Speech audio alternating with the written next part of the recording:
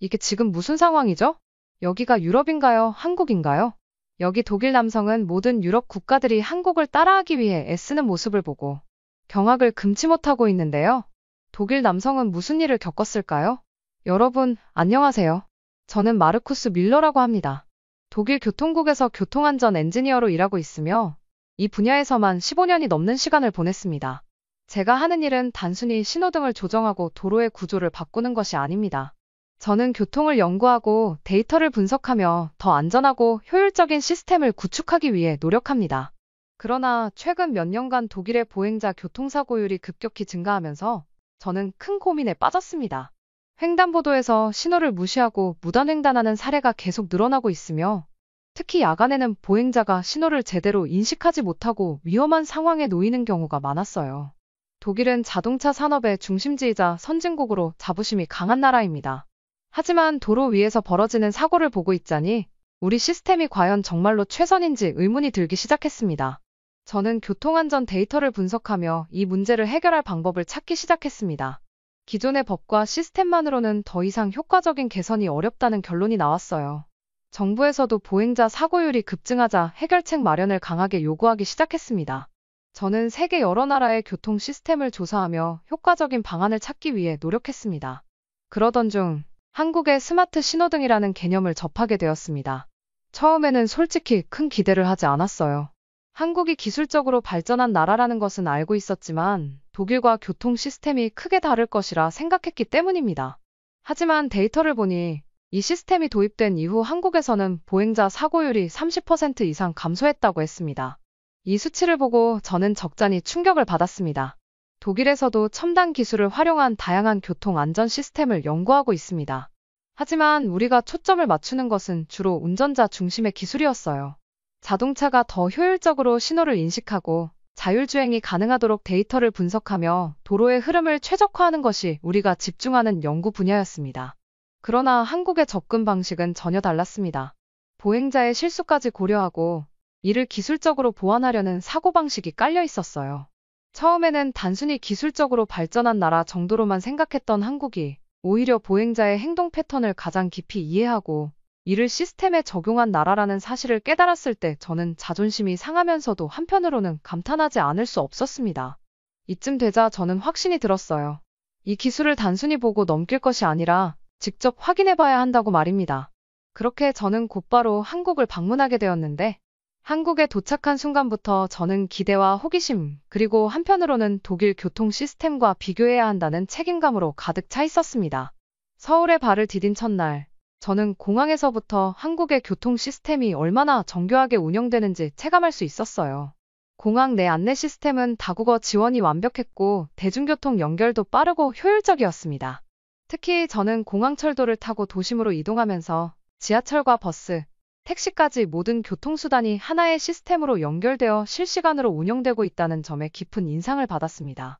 독일에서는 새로운 기술을 도입할 때마다 규제와 행정 절차 때문에 오랜 시간이 걸립니다. 하지만 한국에서는 신기술이 실제로 적용되고 사람들이 직접 체감할 수 있도록 즉각적으로 운영되고 있었어요.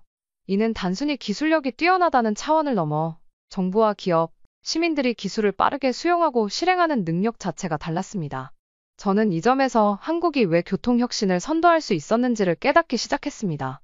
서울 도심에서 직접 스마트 신호등이 운영되는 모습을 살펴보면서 저는 처음으로 신호 시스템이 살아있는 것처럼 작동할 수도 있겠다는 생각을 했습니다.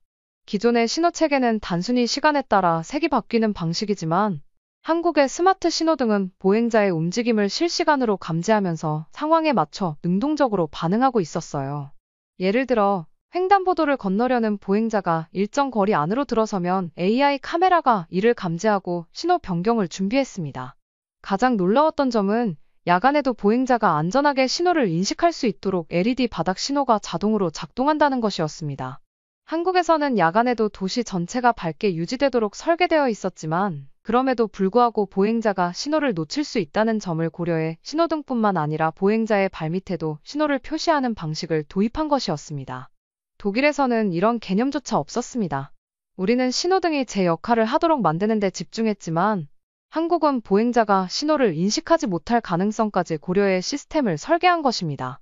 저는 스마트 신호등이 적용된 교차로 몇 곳에서 시간을 보내며 보행자들의 반응을 유심히 살펴보았습니다. 흥미로웠던 점은 사람들이 이 기술을 당연하게 받아들이고 있다는 것이었어요. 스마트 신호등 덕분에 야간에도 보행자가 횡단보도를 보다 쉽게 인식하고 있으며 덕분에 무단횡단이 현저히 줄어든 것이 눈에 띄었습니다. 신호를 기다리던 시민들 중 몇몇이 이 시스템이 없었을 때는 밤에 신호를 보기가 어려웠다 라거나 예전에는 스마트폰을 보고 있다가 신호를 놓치는 경우가 많았는데 바닥 신호가 있어서 편하다 라는 말을 주고받는 것을 들으며 이 기술이 단순한 편의성을 넘어 보행자의 행동 패턴을 실제로 바꾸고 있다는 사실을 체감할 수 있었습니다. 하지만 제가 한국에서 감탄한 것은 단순히 스마트 신호등뿐만이 아니었습니다. 저는 스마트 신호등뿐만 아니라 한국의 도시 전체가 하나의 거대한 스마트 시스템처럼 움직이고 있다는 점을 깨닫게 되었어요. 예를 들어 저는 한국의 버스 정류장에서도 또 한 번 놀라움을 느꼈습니다. 버스를 기다리는 동안 정류장에 설치된 디지털 안내판이 실시간으로 버스 위치를 알려주고 있었어요. 독일에서도 전광판이 있는 정류장이 있지만 정확도가 떨어지는 경우가 많고 실시간으로 교통 상황을 반영하는 경우는 드뭅니다. 하지만 한국에서는 도로 위의 모든 버스가 GPS를 통해 실시간으로 위치를 전송하고 있었으며 정류장뿐만 아니라 스마트폰 앱을 통해서도 실시간 교통정보를 확인할 수 있었습니다. 뿐만 아니라 한국의 버스는 정류장에 가까워질 때마다 자동으로 안내 방송이 나오고 승객이 내릴 수 있도록 차량이 정류장에 정확히 정렬되도록 설계되어 있었어요. 저는 이런 세세한 시스템이 단순한 기술적 진보가 아니라 보행자와 승객의 안전을 최우선으로 고려한 설계 철학에서 나온 것임을 깨닫게 되었습니다. 이후 저는 자율주행 테스트 구역도 방문할 기회가 있었습니다. 한국은 자율주행 기술 개발 속도에서도 상당한 진전을 보이고 있었어요. 한 연구소에서는 AI가 보행자의 움직임을 예측하고 사고를 미연에 방지하는 기술을 테스트하고 있었는데 단순히 자율주행 차량을 개발하는 것이 아니라 보행자와 차량이 공존할 수 있도록 도시 자체를 설계하는 방식으로 접근하고 있었습니다. 예를 들어 자율주행 차량이 보행자를 인식하면 속도를 줄이고 심지어 보행자의 예상 동선을 분석해 사전에 멈추도록 프로그래밍되어 있었습니다. 독일에서도 자율주행 기술이 활발히 연구되고 있지만 여전히 차량 중심적인 시각에서 기술이 개발되고 있었어요. 그러나 한국은 보행자의 안전을 전제로 기술을 설계하고 있었고 이것이 실제 도로에서 작동하고 있었습니다. 이 모든 것을 보고 나서야 저는 확신할 수 있었어요. 한국의 스마트 신호등은 단순히 신기술이 아니라 사람을 위한 기술이라는 점에서 진정한 혁신이었습니다. 그리고 이 혁신은 독일이 반드시 배워야 하는 요소였습니다. 한국에서의 경험을 마치고 독일로 돌아오는 비행기 안에서 저는 다시 한번 곰곰이 생각에 잠겼습니다. 우리는 여전히 새로운 기술을 도입할 때마다 수많은 규제와 절차에 묶여 있고 보행자의 실수를 용인하지 않는 시스템을 유지하고 있습니다. 하지만 한국은 보행자가 실수를 하더라도 안전할 수 있도록 시스템을 설계하고 그것을 빠르게 현실화하는 능력을 가지고 있었어요. 저는 이 점이야말로 진정한 교통 선진국이 갖춰야 할 자질이라고 생각했습니다. 한국에서의 경험을 바탕으로 저는 확신했습니다. 스마트 신호등은 단순한 기술의 발전이 아니라 보행자의 안전을 근본적으로 바꿀 수 있는 혁신적인 해결책이었어요. 한국에서는 이미 성공적으로 도입되어 사고율을 줄였고 독일에서도 충분히 효과를 거둘 수 있을 것이라 생각했습니다. 그러나 독일 교통국 내부에서의 반발은 생각보다 훨씬 더 거셌습니다. 회의실에서 제 발표가 끝나자마자 장내에는 정적이 흘렀습니다. 처음엔 다들 말을 아끼는 듯 했지만 이내 날카로운 반응들이 하나둘씩 터져 나왔습니다. 마르쿠스, 당신이 한국에서 많은 것을 배워온 것은 알겠습니다. 하지만 우리는 독일입니다. 교통국에서 20년 넘게 일해온 베르나르트 국장이 조용하지만 단호한 목소리로 말했습니다. 독일은 세계 최고의 자동차 산업을 자랑하는 나라입니다. 도로 시스템과 신호체계도 우리가 직접 개발하고 개선해 왔습니다. 그런데 갑자기 한국의 기술을 받아들여야 한다고요? 그는 눈썹을 찌푸리며 저를 똑바로 바라보았습니다. 마치 제가 이상한 주장을 하고 있는 사람이라는 듯한 눈빛이었습니다. 그 옆에 앉아있던 또 다른 고위 관계자가 팔짱을 끼고 말을 이었습니다. 한국이 발전한 나라인 것은 인정합니다. 하지만 우리가 한국에게 교통 기술을 배운다. 그것은 말이 안 됩니다. 그는 비웃듯이 코웃음을 쳤습니다. 우리는 독일입니다. 우리는 자체 기술력을 바탕으로 문제를 해결하는 나라지. 아시아의 작은 나라에서 배워오는 나라가 아닙니다. 이런 반응이 나올 것이라는 것은 어느 정도 예상했지만 실제로 듣고 나니 좌절감이 몰려왔습니다. 그들은 여전히 독일이 모든 기술에서 앞서 있다고 믿고 있었고 한국을 교통기술 선진국으로 인정할 준비가 되어 있지 않았어요. 하지만 저는 포기하지 않았습니다. 저는 한국의 데이터를 제시하며 이 기술이 보행자의 생명을 구할 수 있다는 점을 강조했습니다. 우리가 자존심을 내세우는 동안에도 사고는 계속해서 발생하고 있다. 중요한 것은 우리의 자부심이 아니라 시민들의 안전이다. 라고 설득했습니다. 또한 처음부터 전국 도입이 아니라 일부 도시에 시범적으로 운영해본 후 확대 여부를 결정하자는 타협안을 제시하며 반대 의견을 줄여나갔습니다. 다행히 정부에서도 보행자 사고율을 줄이기 위해 새로운 해결책이 필요하다는 점을 인정하고 있었기에 결국 몇몇 도시에서 스마트 신호등을 시험적으로 도입하는 데 동의했습니다. 독일 도로 위에서 한국의 스마트 신호등이 작동하기 시작한 첫날, 저는 긴장과 기대가 뒤섞인 감정으로 현장을 바라보고 있었어요. 오랜 논쟁과 반대, 그리고 설득 끝에 마침내 이루어낸 결과였기에 이 순간이 얼마나 중요한지 저는 누구보다도 잘 알고 있었습니다. 한국에서 직접 보고 경험했던 그 기술이 이제는 독일의 도로에서 실현되는 순간이었습니다. 처음에는 낯설게 느꼈을 것입니다. 독일이라는 나라가 아시아의 작은 나라에서 온 교통기술을 실제로 도입했다는 사실이 여전히 일부 사람들에게는 받아들이기 어려운 일이었을지도 모릅니다. 그러나 결과는 모든 것을 증명하는 법입니다. 설치 초기, 시민들은 호기심 어린 눈빛으로 스마트 신호등을 바라보았습니다. 기존의 신호 체계와는 다르게 LED 바닥 신호가 발밑에서 빛을 내며 보행자의 시선을 자연스럽게 아래로 유도하고 있었고, AI 카메라는 횡단보도 근처에서 신호를 기다리는 사람들의 움직임을 실시간으로 감지하며 필요할 때만 신호를 바꾸는 방식으로 작동하고 있었어요. 처음에는 몇몇 사람들이 당황하기도 했습니다. 한 중년 남성은 횡단보도 앞에서 멈춰 LED 바닥 신호를 한참 들여다보더니 옆에 있던 아내에게 이렇게 말했습니다. 이거 한국에서 온 기술이라고 하더군. 처음엔 좀 이상해 보였는데 보니까 확실히 밤에도 신호가 눈에 더 잘 들어오긴 하네. 이 기술의 핵심은 단순히 신호를 바꾸는 것이 아니라 보행자가 신호를 인지하도록 유도하는 것에 있었어요. 독일에서도 교통안전 캠페인은 수없이 많았고 보행자들에게 신호를 지키라고 교육하는 프로그램도 많았습니다. 하지만 그것만으로는 부족했습니다. 한국에 스마트 신호등이 도입되기 전까지만 해도 야간에는 횡단보도에서 신호를 무시하는 사례가 빈번했고 교차로에서 보행자가 신호를 놓쳐 급하게 뛰어가는 경우도 흔했습니다. 하지만 새로운 신호등이 설치된 후 그런 장면들이 눈에 띄게 줄어들었습니다. 경찰과 교통당국의 반응도 놀라웠습니다. 처음 도입될 때만 해도 이 시스템이 제대로 작동할지 의심하는 목소리가 많았습니다. 한국 AI가 신호를 자동으로 조정한다고? 그게 얼마나 정확할까? 라는 회의적인 시선도 있었고, 우리 독일의 신호 체계는 철저한 연구와 데이터 분석을 기반으로 만들어진 것인데, 한국의 방식이 과연 적절할까? 라는 의문을 던지는 전문가들도 있었어요.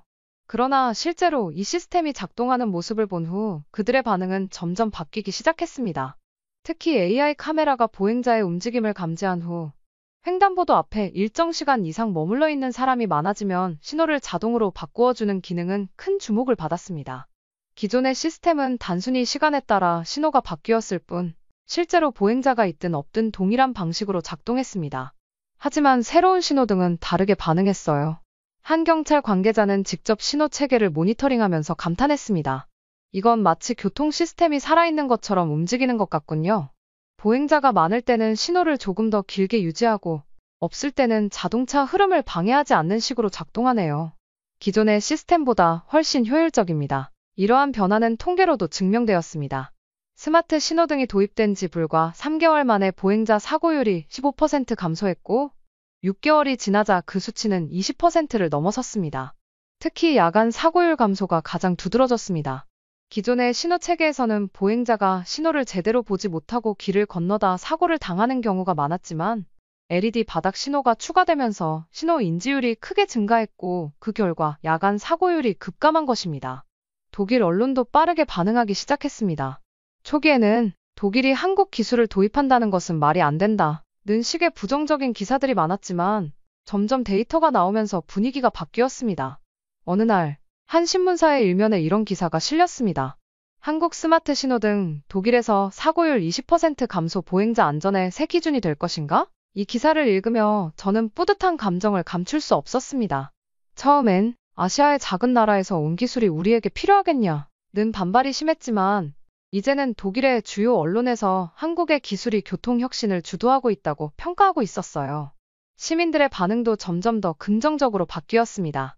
초기에는 왜 이렇게 시스템을 복잡하게 바꿨느냐는 불만이 나왔지만 시간이 지나면서 이 시스템 덕분에 신호를 놓치는 일이 줄어들었다는 의견이 늘어났습니다. 한 60대 노인은 인터뷰에서 이렇게 말했습니다.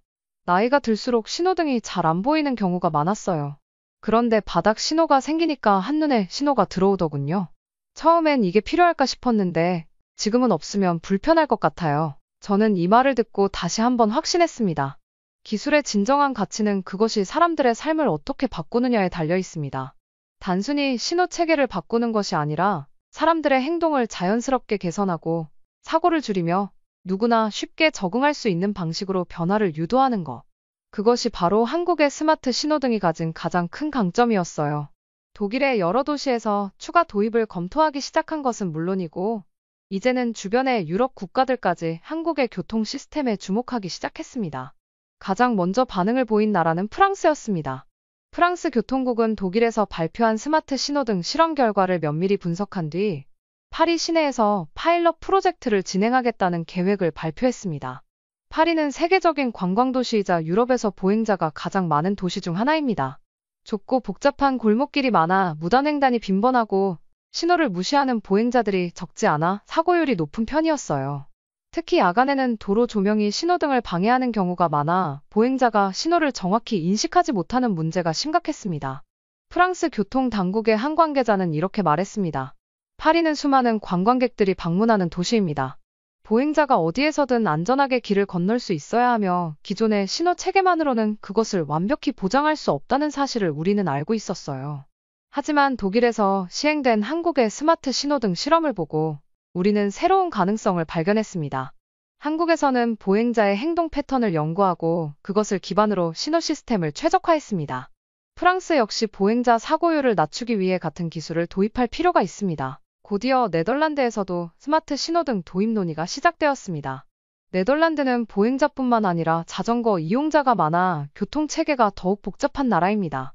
암스테르담과 로테르담 같은 대도시에서는 횡단보도를 건너는 보행자뿐만 아니라 자전거 이용자들까지 고려해야 하는데 기존의 신호체계는 자전거와 보행자 사이에서 균형을 맞추는데 한계를 보이고 있었어요. AI 기반 스마트 신호등이 자전거 도로에서도 효과적으로 작동할 수 있다는 점이 네덜란드 교통국의 관심을 끌었습니다. 네덜란드 교통기술 담당자는 이렇게 말했습니다. 기존의 신호 시스템은 차량과 보행자 간의 관계만 고려했지만 네덜란드에서는 자전거가 중요한 교통수단입니다. 우리는 교차로에서 보행자, 자전거, 차량 간의 신호 조정이 필요하며 이를 위해서는 더 정교한 시스템이 필요했습니다. 독일에서 성공한 한국의 스마트 신호등 시스템을 분석한 결과 이 기술이 우리나라의 교통 환경에도 적합할 것이라는 확신이 들었습니다. AI 카메라가 보행자의 움직임을 감지하는 것처럼 자전거의 흐름도 분석해 신호를 최적화할 수 있다면 사고를 줄이고 교통의 흐름을 개선할 수 있을 것입니다. 이 모든 변화는 결국 한 가지 사실을 증명하고 있었어요. 한국의 기술이 전 세계에서 인정받고 있으며 이제는 유럽 국가들까지 한국의 스마트 신호등을 받아들이고 있다는 점입니다. 기술이 국경을 초월하는 시대에 자존심과 전통에 얽매여 발전을 거부하는 것이 아니라 가장 우수한 기술을 받아들이고 이를 통해 시민들의 안전을 보장하는 것이 진정한 선진국의 자세라는 것을 독일이 먼저 증명해 보였어요. 그리고 이제 유럽의 여러 나라들이 독일의 뒤를 따르며 한국의 스마트 신호등을 도입하고 있습니다. 이것은 한국이 단순한 신흥 기술 강국이 아니라 세계 최고의 교통기술을 보유한 나라라는 것을 의미합니다. 자존심이 중요한 것이 아닙니다. 중요한 것은 실제로 효과가 있는가, 그리고 사람들의 생명을 구할 수 있는가입니다. 이제 한국의 혁신이 유럽을 넘어 전 세계로 퍼져나가고 있습니다. 그리고 저는 이 모든 변화를 지켜보며 확신했습니다. 우리가 정말로 선진국이 되기 위해서는 자부심만이 아니라 최고의 기술을 받아들이는 열린 태도가 필요하다. 그리고 지금 전 세계가 한국을 보고 배우고 있습니다. 유럽이 한국을 따라하기 위해 애쓰고 있다는 이야기를 들으니 한국에서 당연하게 누리고 있는 것들이 누군가에는 부러움의 대상이 될 수 있구나 라는 생각이 들었고 한국에서 누리는 것들에 대해 다시 한번 감사함을 느끼게 된 것 같습니다. 영상을 시청해주신 모든 분들에게 감동과 행운이 가득하시길 바라며 오늘도 시청해주셔서 정말 감사합니다. 구독을 눌러주시면 더 좋은 영상으로 보답해드리겠습니다.